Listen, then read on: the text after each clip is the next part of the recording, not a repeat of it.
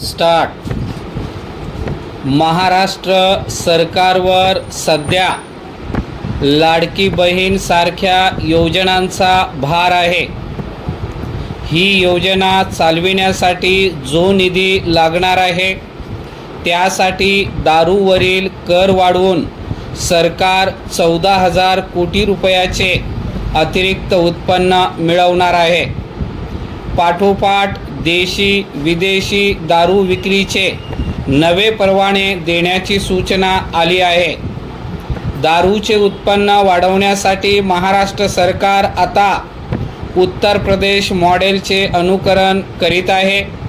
म्हणजे राज्य सरकारची दूरदृष्टी दारू वाढविण्याची आहे.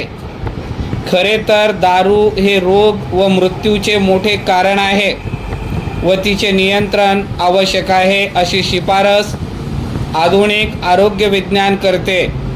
त्यामुळे राज्यातील दारूचा खप आणि व्यसन उत्तरोत्तर कमी कसे होईल असे मध्य धोरण आखायला हवे. परिच्छेद. महाराष्ट्रात 1970 पर्यंत दारूबंदी होती. ती शिथिल झाली. दारूचे उत्पादन, खप, सेवन आणि कर यामध्ये वाढ करणे ही शासकीय दिशा राहिलेली आहे. यातून काही गंभीर प्रश्न उभे राहिले आहेत.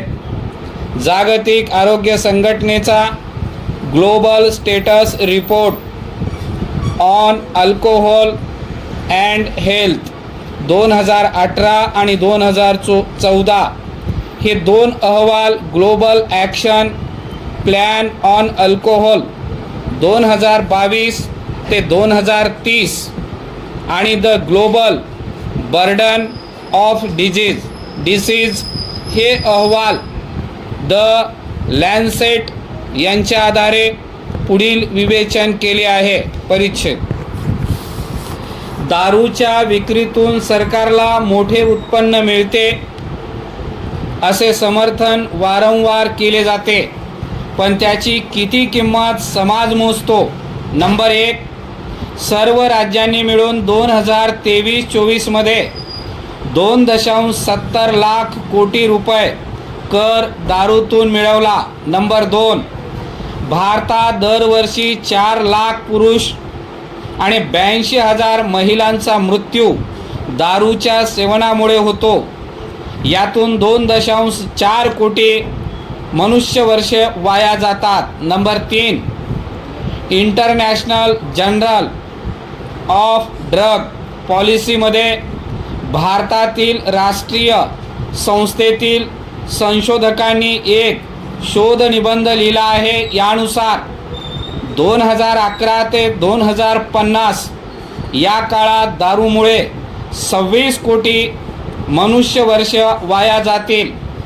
उपचाराचा एकूण भार 3 लाख कोटीचा असेल. शासनाला मिळणारा कर वजा करूनही समाजावर दारूमुळे पडणारा भुर्दंड हा 98 लाख कोटी रुपयाचा आहे.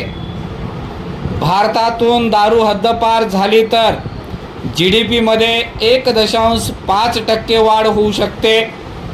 म्हणजेच देशाचा GDP 8% आसपास राहू शकतो. नंबर 4. दारू प्यायल्याने व्यक्तीची उत्पादकता कमी होते. अपघातांमुळे, दुर्व्यवहारामुळे इतरांचे नुकसान होते. स्त्रियांच्या असुरक्षेत भर पडते. निर्भया आणि रुपन देवल बजाज प्रकरणातील आरोपी दारूच्या नशेत होते. परिच्छेद. भारतात गुजरात, बिहार, मिझोराम आणि नागालँड या 4 राज्यात दारूबंदी आहे. अमेरिकेतील तज्ज्ञांनी या राज्यातील दारूबंदीच्या परिणामांचा अभ्यास करून अमेरिकन इकॉनॉमिक रिव्ह्यूमध्ये शोध निबंध लिहिला आहे.